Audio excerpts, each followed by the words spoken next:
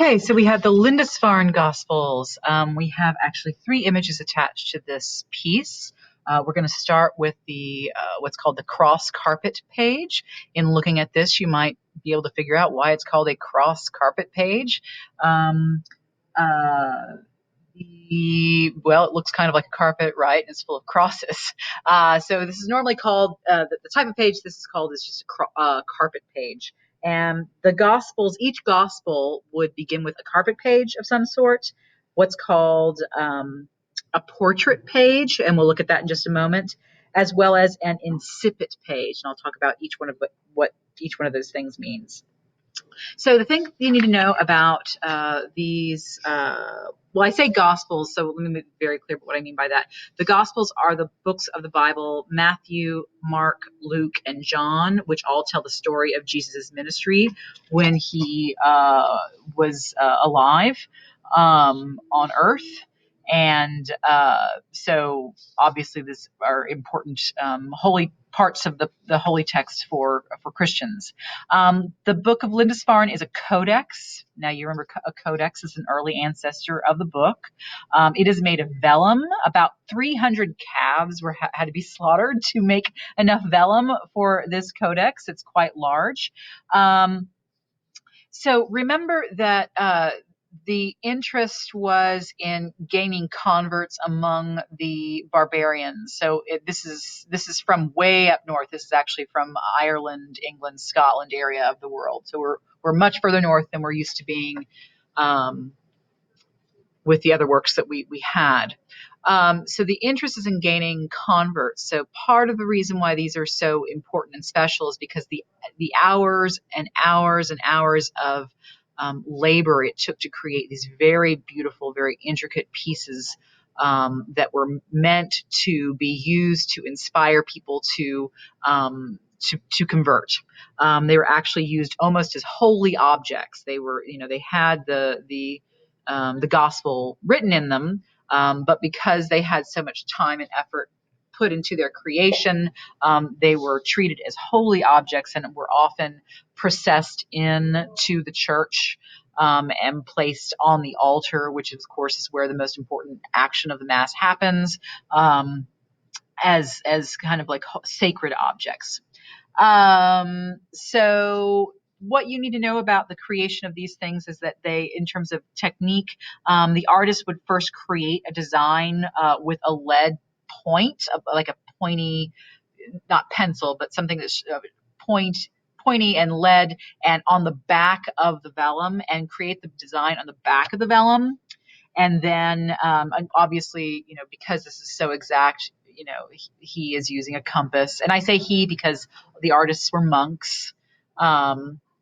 So using a compass and a straight edge in the process. This is very mathematical, very, very, very organized. Obviously, this is not something you could do freehand. So they do that on the back of the vellum, and then they would backlight the vellum to then view the design on the other side, and then the pigments were used to fill in the design. And pigments were created from local materials that offered a very broad palette. We can see this is not a restricted palette at all. There's a lot of different colors happening here.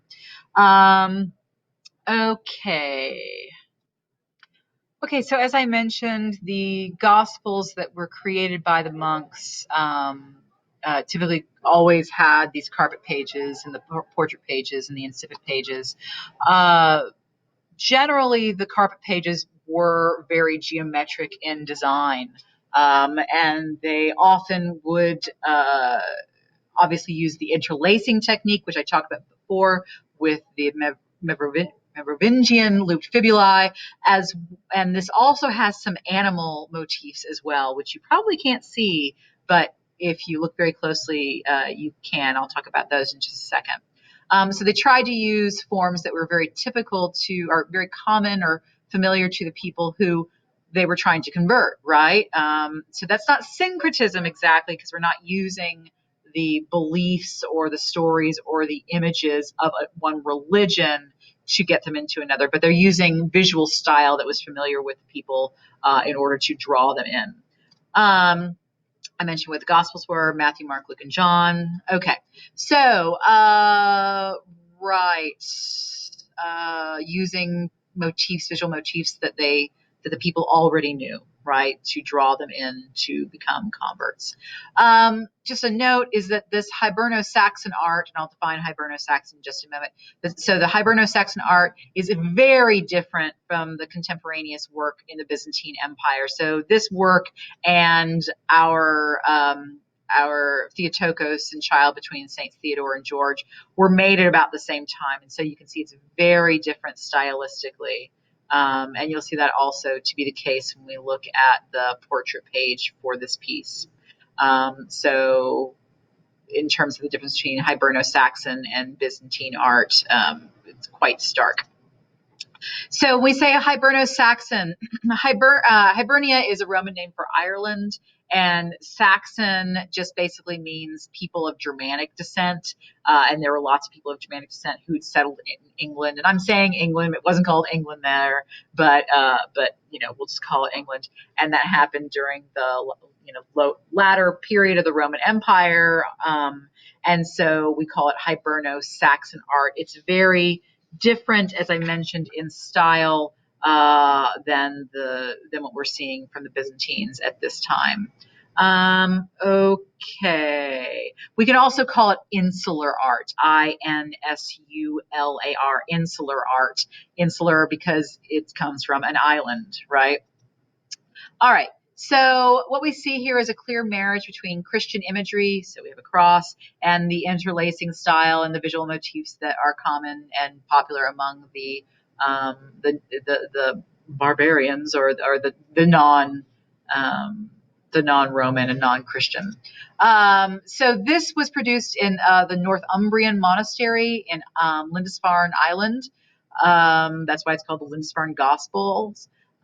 We believe that the artist was a Bishop Edfrith, who was inspired by the recent acquisition of some relics. And we haven't talked about relics, but relics are basically body parts, which are venerated for their spiritual power. We'll talk more about those later.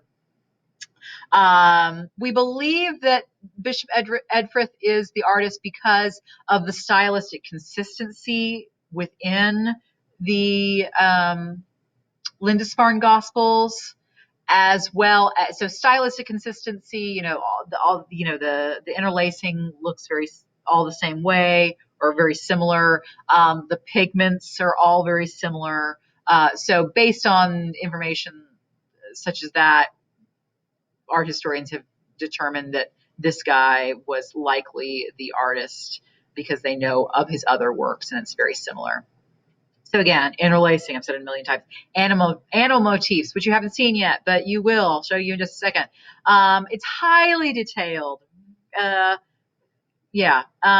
We see that the cross here is made up of chalices, right? So wine glasses or chalices, which should probably remind you of the Eucharist, right?